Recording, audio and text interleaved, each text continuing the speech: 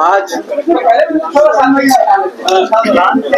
प्रदेश Congress committee का executive committee meeting में हमारा executive committee members, district Congress committee presidents, MLAs, हमारा मिनिस्टर्स हाजिर हुआ।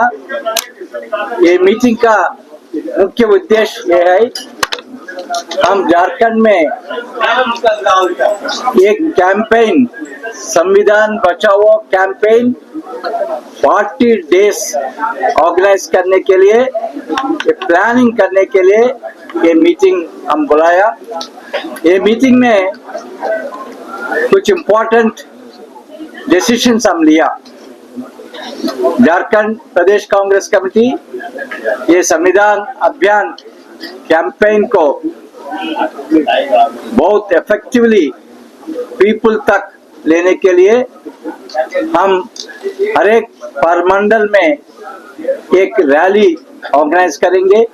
संविधान के बारे में, संविधान आज खतरे में है, संविधान कैसा भारतीय जनता पार्टी खत्म करने के लिए कोशिश कर रहे, ये सभी बात पब्लिक के पास में लेके जाएंगे। आज भाजपा के द्वारा हमारे नेता के ऊपर आक्षेप हो या किसी तरह यहाँ के जनता के या संविधान के ऊपर हो, हम लोग उसका डट के मुकाबला करेंगे। यहाँ की प्रजातंत्र की रक्षा के लिए, लोकतंत्र की रक्षा के लिए और संविधान की रक्षा के लिए, और उस न्याय पथ के रास्ते पर चलकर हम लोग जो है संकल्प लेने का काम और समर्पण के साथ, पूरी निष्ठा लगन के साथ हम लोग जो है सड़क से सदन तक संघर्ष करेंगे, जनता के कोच के लिए, संविधान की रक्षा के लिए और प्रजातंत्र की रक्षा के लिए।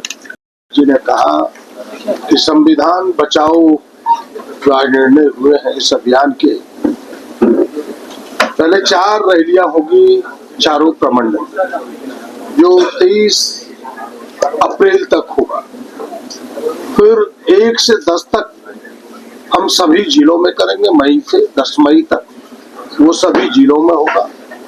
फिर हम सभी विधानसभाओं में 10 मई के बाद जाएंगे, सभी विधानसभाओं में भी रैलियां होंगी जो 10 मई के बाद होगा। और उसके बाद फिर हम जून के बाद, मई के बाद हम एक एक गांव तक जाने का प्रयास करेंगे। और संविधान बचाओ के तहत ही जो यह अभियान है, वो अभियान ही है देश की धर्मनिरपेक्षता को बचाने का।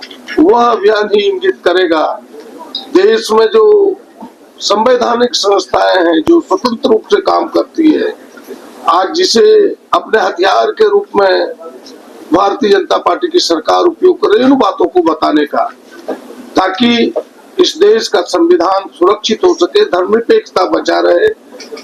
ओबीसी हो, दलित हो, पिछड़ा हो, आदिवासी हो, सामान्य लोग, उनके अधिकार बचे रहे, इसकी ओर हम सजग करेंगे। और ये तमाम चीजें, और प्रभारी जी ने यह भी आपको कहा एक विषय कि जो झारखंड की समस्याएं हैं, जो ओबीसी आरक्षण की बात हो, चाहे नगर पालिका में ओबीसी की आरक्षण की बात हो, चाहे पेशा कानून हो, चाहे लैंड बैंक हो, इन तमाम विषयों पर, चाहे फिर कॉन्ट्रैक्ट या आउटसोर्सिंग नौजवानों की बात हो, उस पर पार्टी की क्या राय है, उससे हम जनता को अवगत कराएंगे और उन चीजों को सरकार से मिलकर के इम्प्लीमेंट कराने का प्रयास करेंगे। ये आज के निर्णय। आपके पास शिकायत आया था सर उनको बर्खास्ती को लेकर, क्या उस पर टीम गठित की गई है? कौन उसके जांच करने वाले हैं? सुनिए, ये गवर्नमेंट का डिसीजन है। इसके बारे में मैं हेल्थ मिनिस्टर से बात किया, हेल्थ मिनिस्टर से जानकारी लिया।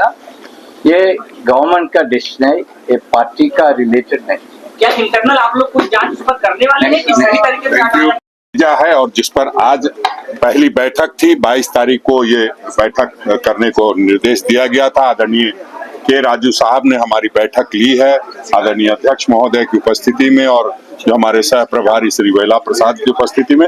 उसमें ये तय हुआ है कि हम लोग एक रैली करेंगे जो 30 तारीख से पहले होगी और उसके बाद जो पीसीसी जो 30 अप्रैल से पहले होगी और फिर जिला स्तरीय जो संविधान बचाओ रैलियां होगी वो 3 मई से 10 मई तक पूरे राज्य में करना है। साथ ही साथ 11 मई से 17 मई तक विधानसभा की रैली करनी है। उसके बाद घर घर जाकर के हम लोगों को संपर्क करना है 20 से 30 मई तक। तो ये लगातार जो संविधान बचाने की हम लोग लड़ाई लड़ रहे हैं उसको मजबूती से लोगों के पास जाकर के रखने का काम करेंगे। जब आप जानते हैं किस तरह से संविधान पर हमला हो रहा है, आपने देखा किस तरह से जो चीफ जस्टिस ऑफ इंडिया हैं उन पर टिप्पणी की गई, उसके बाद पूर्व मुख्य चुनाव आयुक्त पर टिप्पणी की गई, उसके बाद आप देख रहे हैं किस तरह से लगातार ईडी के हमले जो है आदरणीय श्रीमती सोनिया गांधी, राहुल गांधी जी पर किए जा रहे हैं। सीधा मतलब यह है कि लोकतंत्र की हत्या करने का प्रयास किया जा रहा है, संविधान को बर्बाद करने का या संविधान को खत्म करने का प्रयास किया जा रहा है। उसको हम जिंदा रखने के लिए, उसको हम बरकरार रखने के लिए एक लड़ाई लड़ने